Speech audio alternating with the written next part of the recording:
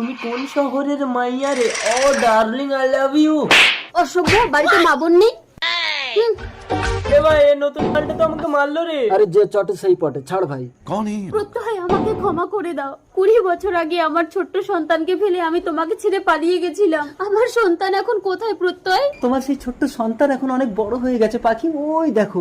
লাগে পুরা ধুরা। কি হলো, বিশ্বাস হচ্ছে না তো? এই সাকিয়া দিকে শোন তো। কিরে ভাই, মেয়েটা কি বাবার কাছে নালিশ করলো নাকি? আরে ও তোর বাবাকে চেনে না, তুই যা। কি হয়েছে বাবা? আমি কিছু করিনি।